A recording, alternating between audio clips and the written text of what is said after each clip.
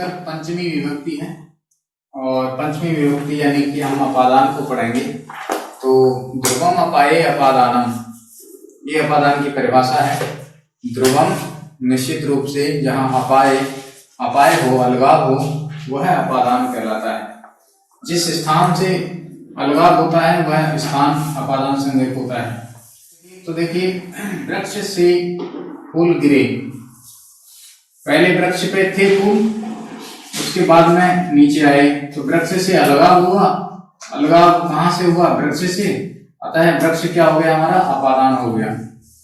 इस अपादान में हम पंचमी लगाएंगे, तो वृक्षात।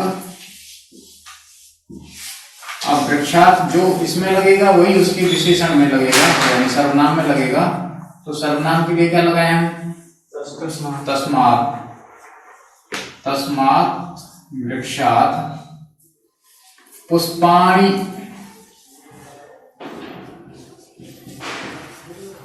गिरे। भूतकाल, भूतकाल के लिए क्या लगाएंगे फिर हम? अपतन। ये के लिए, क्योंकि पास वाले फूल दिख रहे हैं अभी हमें, तो एतानि। पूरा वाक्य बना, तस्मात् वृक्षात् एतानि पुष्पाणि अपतन। दूसरा वाक्य देखते हैं, महल से लड़की गिरी। महल, महल को कहते हैं प्रासाद। प्रासाद की हमें अपादान संज्ञा करनी है, तो प्रासादात लड़की बाला अपतत। अब बाला में जो लगी हुई है वही उसके सर्वनाम में लगेगा, तो सा। जो प्रासाद में लगा है वही इसमें लगेगा, इसके सर्वनाम में। तस्मात् द भी कर सकते हैं, तो भी कर सकते हैं।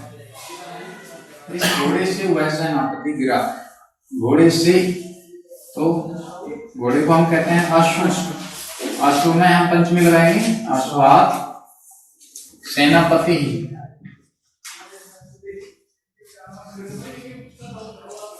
अपतत।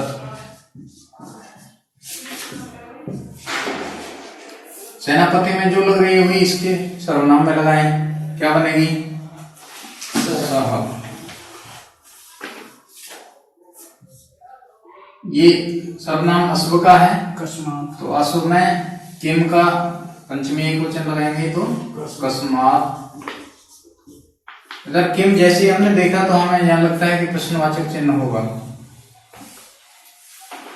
जिस नगर से वह राजा इस गांव में आया, उसी नगर को अब गया है। नगर से, तो नगरात। नगरात में जो लगी हुई उसके सर्वनाम में लग जाएगी, तो क्या होगा? यत का है नहीं, यस्मात् नगरात सह नृपः गांव में आया। ग्रामम आगच्छत।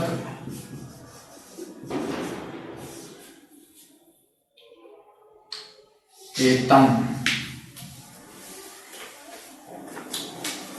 यस्मात् नगरात् स नृपः एतम ग्रामम आगच्छत। उसी नगर को गया। तम एव नगरम इदानीम, या अधुना कर सकते हैं, या संप्रति कर सकते हैं, अधुना अगच्छत।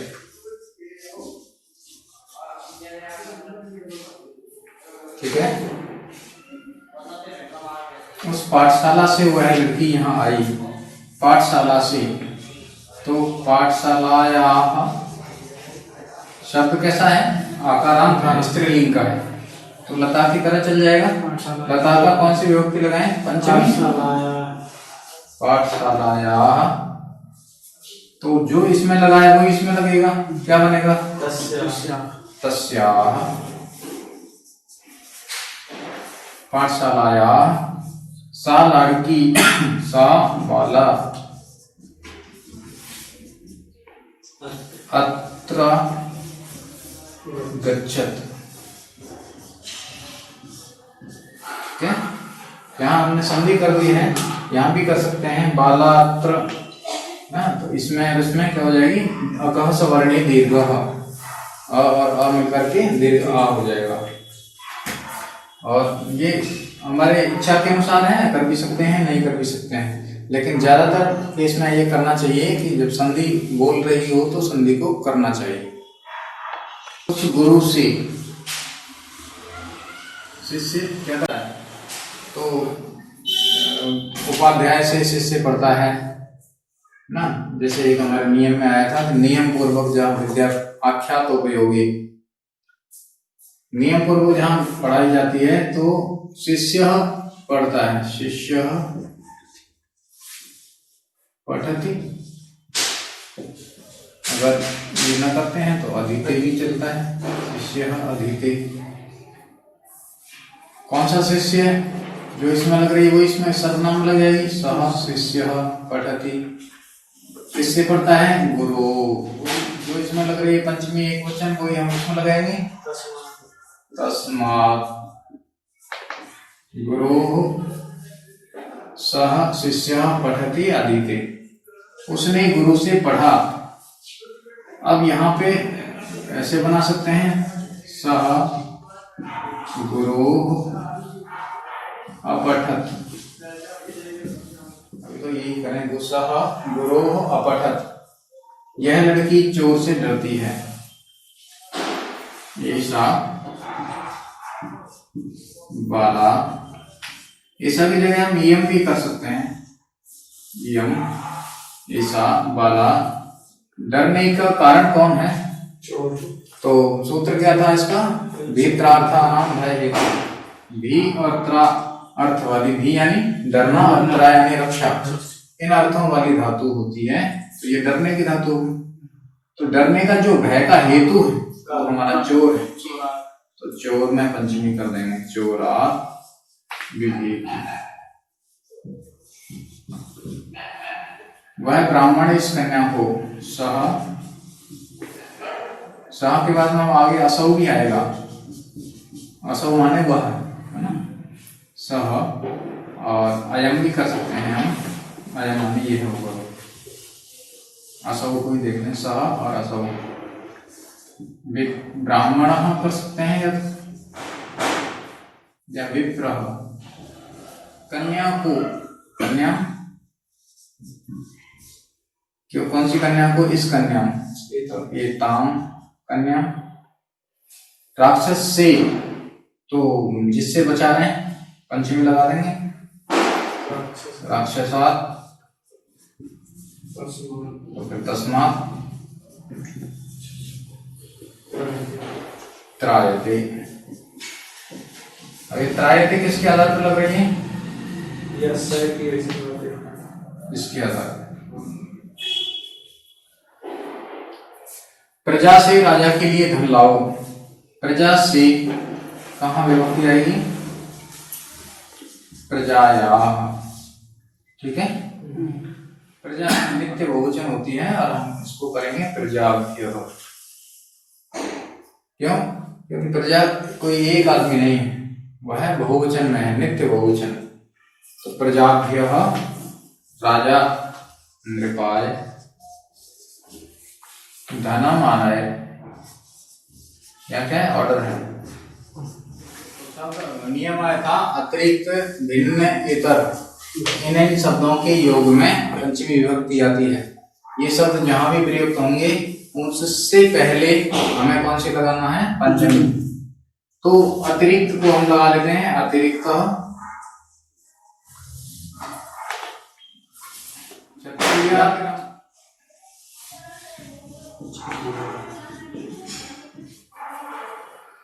अतिरिक्त अन्य भिन्न कह। यहाँ पे क्या होगा, कह। हम कह क्यों लगा रहे हैं, इसके हिसाब से। अगर यहाँ बचाते हैं होता तो क्या लगाते हैं हम, यहाँ बहुवचन लगा देते हैं, के। अब प्रजा को, प्रजा, ठीक है, क्यों? प्रजा कौन है? एक नहीं है। प्रजा को हमने कौन सा लगाया है? बहुवचन। प्रजा, प्रजे, प्रजा, प्रजा, प्रजे, प्रजा। ये प्रथमा है कि द्वितीय है? द्वितीय। तो वही हम इसके सर्वनाम में लगा लेंगे। क्या होगा? एता। ठीक है। दुखात, दुखात त्रायते।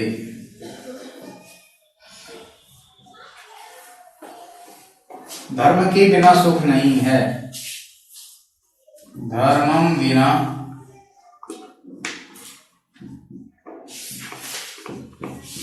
सुखम नास्ति। सुखम नास्ति। धर्मात् विते सुखम न। ठीक है, दोनों तरह से बन सकता है। बिना के योग में द्वितीय विभक्ति लगती है, बिना के योग में तृतीय लगती है, बिना के योग में चतुर्थी लगती है, सब लग जाती है। और रिते के लिए ये लगेगा, जहां हम रिते लगाएंगे, रिते का मतलब बिना, वहां पंचमी लगानी है। गांव के पास सारी सेना है। ग्रामम निकषा समीपम लगा सकते हैं। सर्वा सेना अस्ति। ठीक है, अब हम पास के लिए शब्द लेंगे आरात, क्योंकि इसमें क्या है? आरात शब्द दिया हुआ है। आरात लगाएंगे तो क्या होगा? ग्रामात आरात सर्वा सेनाति। इधर भी क्या करेंगे हम? तो दोनों तरह से बना सकते हैं। आरात लगाएंगे यहाँ पंचमी। ग्रामात पूर्व प्रत्यक प्राक पश्चिम का प्रत्यक। ये जना निवसन्ति, कौन कौन जन रहते हैं। मैं बाल्यकाल से लेकर यहाँ रहता हूँ। से लेकर के लिए प्रवृत्ति शब्द है। प्रवृत्ति, तो प्रवृत्ति से पहले हम क्या लगाएंगे? पंचमी। बाल्य कालात् प्रवृत्ति अहम। अहम बाल्यकालात् प्रवृत्ति अत्र एव। दोनों को मिला के लिख सकते हैं अत्र एव। संधि कौन सी हो जाएगी? वृद्धि। अब ये हूं निवसामि, उत्तम पुरुष हो गया। गांव के बाहर जाओ। ग्रामात् बहि।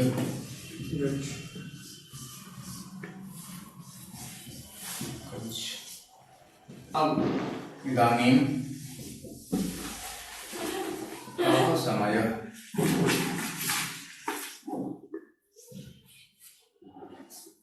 इदानीं की जगह हम अधुना लगा सकते हैं। अधुना न लगाएं तो संप्रति भी लगा सकते हैं। वाटिका से फूल लो, यहाँ से आ गया है, पंचमी विभक्ति होगी। वाटिकायाः। अगर वाटिका के लिए हम और शब्द लेते हैं तो उपवनात्। उपवनात् फूल लाओ। पुष्पाणि आनय।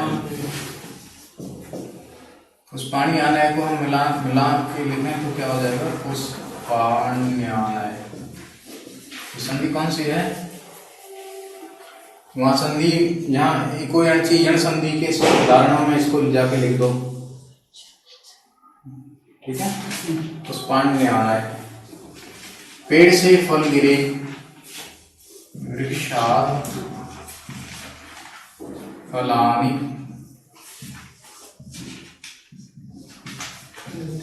अपतन्। ये उदाहरण भी वहीं जाएगा जन संधि में। कैसा बन जाएगा? फलान्या अपतन्। गुरोः विद्यां पठ।